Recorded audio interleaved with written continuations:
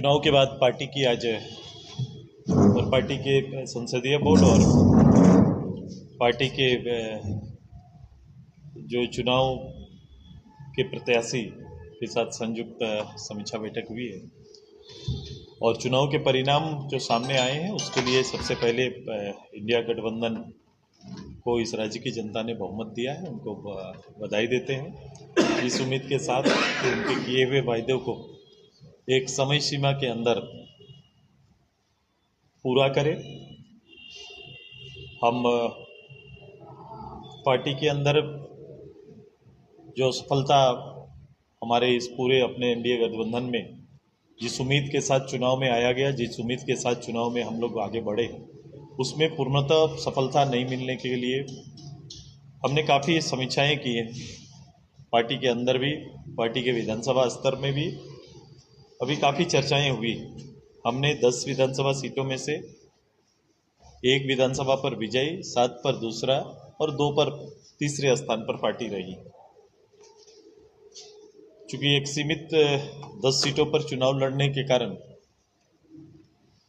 हम वोट के प्रतिशत को अनुकूल हम लोग अभी उसको मूल्यांकन नहीं किए, लेकिन मैं ये समझता हूँ कि जो हम अपने वोटर्स को और अपने इस चुनाव के जो मुद्दों के चयन में कहीं ना कहीं हम सभी लोगों ने समीक्षा में पाया कि उसमें कहीं ना कहीं चूक हुई। वोटर्स को हम बांधे रखने में असफल हुए। कार्यकर्ता को चुनाव के लिए जितना धारदार बनाना था और समन्वय जो हमारा गठबंधन के साथ बनना था, वो एक कारण निकल कर सामने आया है।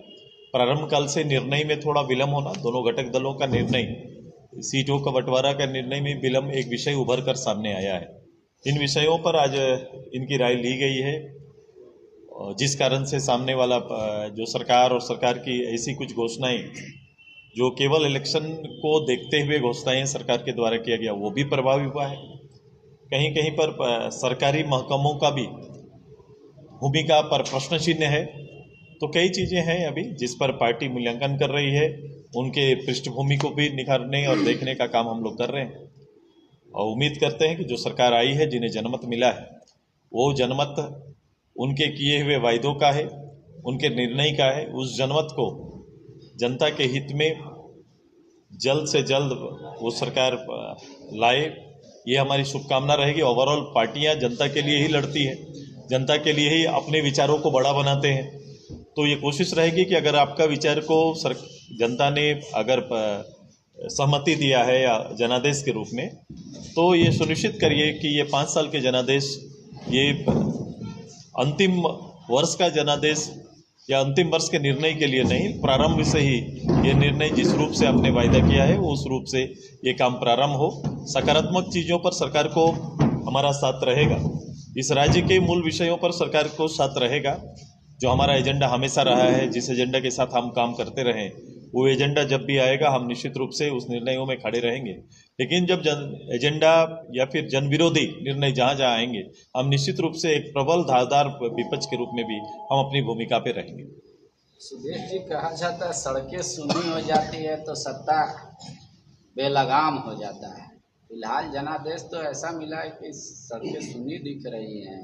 ऐसा नहीं होता। ये प्रारंभ में, चूंकि अभी एक चुनाव, जब आप चुनाव लड़के आते हैं तो सब चीज़ एक कलर में दिखने लगता है। विजयी होते हैं तो कमियां छिप जाती है। ये है, हम लोग लगातार राजनीति में हैं। इस तरह से हम लोग सरकार को बनते हुए देखते हैं, गिरे हुए देखते हैं। सब परिस्थितियों को हम लोग ने झेला है। मेरे लिए ये चुनाव कोई नया नहीं है।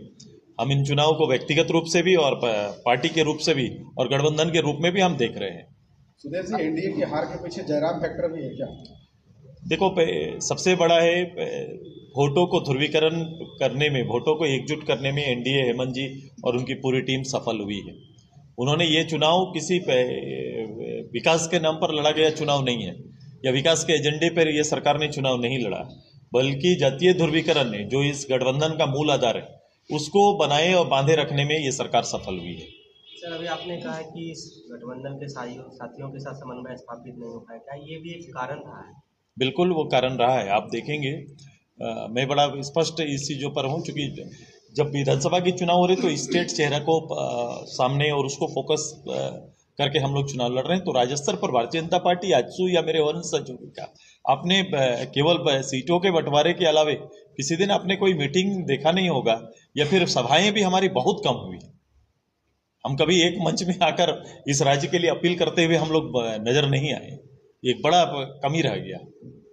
तो क्या मतलब आपको लगता है कि मुख्यमंत्री का चेहरा आप लोग की तरफ से डिक्लेयर्ड होता तो कुछ बात अलग होती, या ज्वाइंट सभाएं होती आपकी बाबूलाल जी की तो नहीं, अगर ऐसा कर पाते कि राज्य के अंदर, मैं हमेशा बोलता रहा हूं कि भाई इस राज्य को कौन खेवनहार होगा, कौन चेहरा होगा, किसके लीडरशिप में सामने वाली गवर्नमेंट को हम दोस्त करेंगे, ये पब्लिक की इच्छा रहती है। और एक पारदर्शी रूप से अगर ये संभव हो पाता, क्योंकि ये निर्णय गठबंधन के अंदर का था, अगर ऐसा हो पाता तो मुझे लगता है कि और बेहतर होता।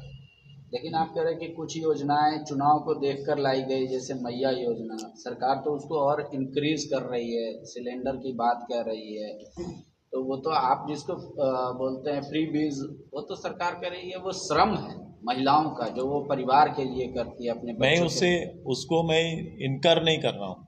आपका और आपके द्वारा लाया गया अंतिम 3 महीना का ये जो वोटर्स को प्रभावित करने वाला जो स्कीम है, मैं हमेशा उसके लाने के तरीके पर प्रश्न खड़ा किया हूँ कि किस समय लाया गया, उस समय कौन सा था।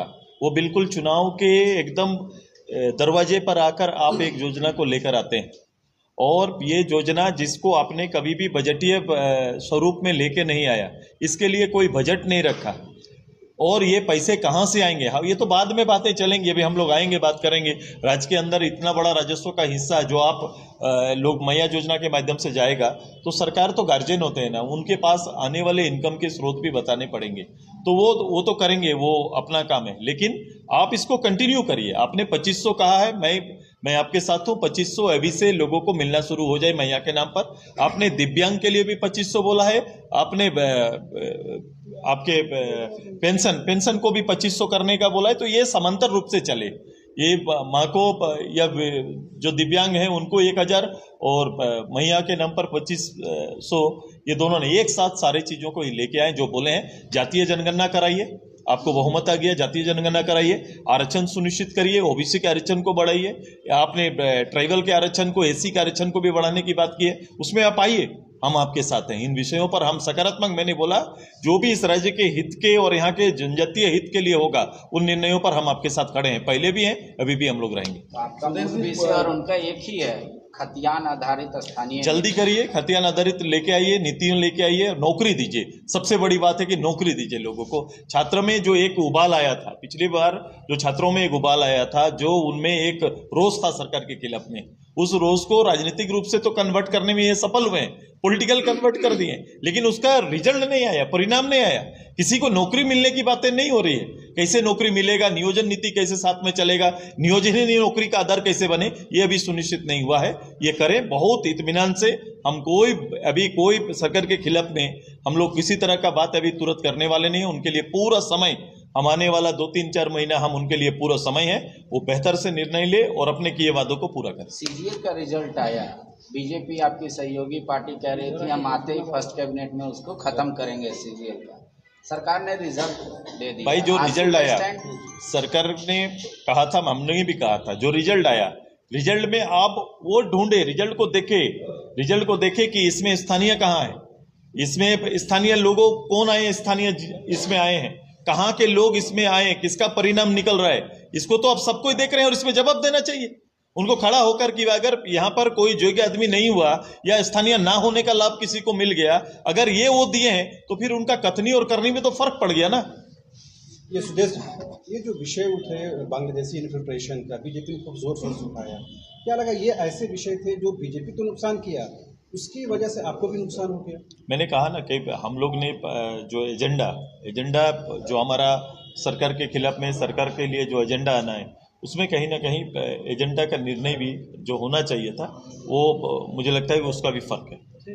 आप अध्यक्ष है पार्टी के, तिवारी महतो जी जीते हैं, भले ही आजसू हमेशा संख्या में कम रहा हो, लेकिन एक विपक्ष के तौर पे रेखांकित अपना ये कहें कि पार्टिसिपेशन दिया, तो उनके लिए जो बाकी उम्मीदवार आप लोगों ने समीक्षा कोई दिशा निर्देश जारी किया कि वो कैसे बिल्कुल अपनी से भूमिका को बिल्कुल अदा करें? एक पार्टी के प्रतिनिधि के रूप में चाहे वो वहाँ पर उपस्थित रहेंगे और इनकी भूमिका पूरे राज्य की जो आजसू की भावना है, लोगों की भावना है, वो केंद्रित इन पर रहेगा।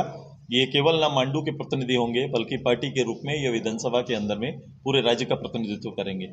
और मेरी शुभकामना है, एक संघर्षशील नौजवान इस दहलीज को छूने में सफल हुआ है। एक लंबे समय से ये तीसरा चुनाव इनका था, तीसरा चुनाव था जब ये भाग लिए हैं और तीसरे चुनाव में ये जीत के सामने आए हैं। पार्टी में क्या किसी तरह की सर्जरी की जरूरत है, संगठनात्मक फेरबदल की जरूरत महसूस कर रहे हैं आप लोग? हाँ, पार्टी इस सब चीज़ों पर मूल्यांकन करेगी। आज चूंकि एक लेवल पे हुआ है कि प्रत्याशियों से बुला के ये पूछा गया है कि उनकी कठिनाई, परिणाम नहीं दे पाने के पीछे की कठिनाई क्या रही है। जो इस सबसे बेहतर किसी कोई बता सकता था तो जो चुनाव लड़े हैं वही बताते हैं। अगर इनके साथ पार्टी को अगर हम जोड़ देते तो राय अलग अलग हो सकती है। अब मैं पार्टी के राय पर अलग से जाऊँगा कि उस विधानसभा की पार्टी की राय क्या है, वो प्रतिनिधि जो हमारे सामने थे, जो प्रत्याशी थे, उन पर उनकी राय क्या बनती है।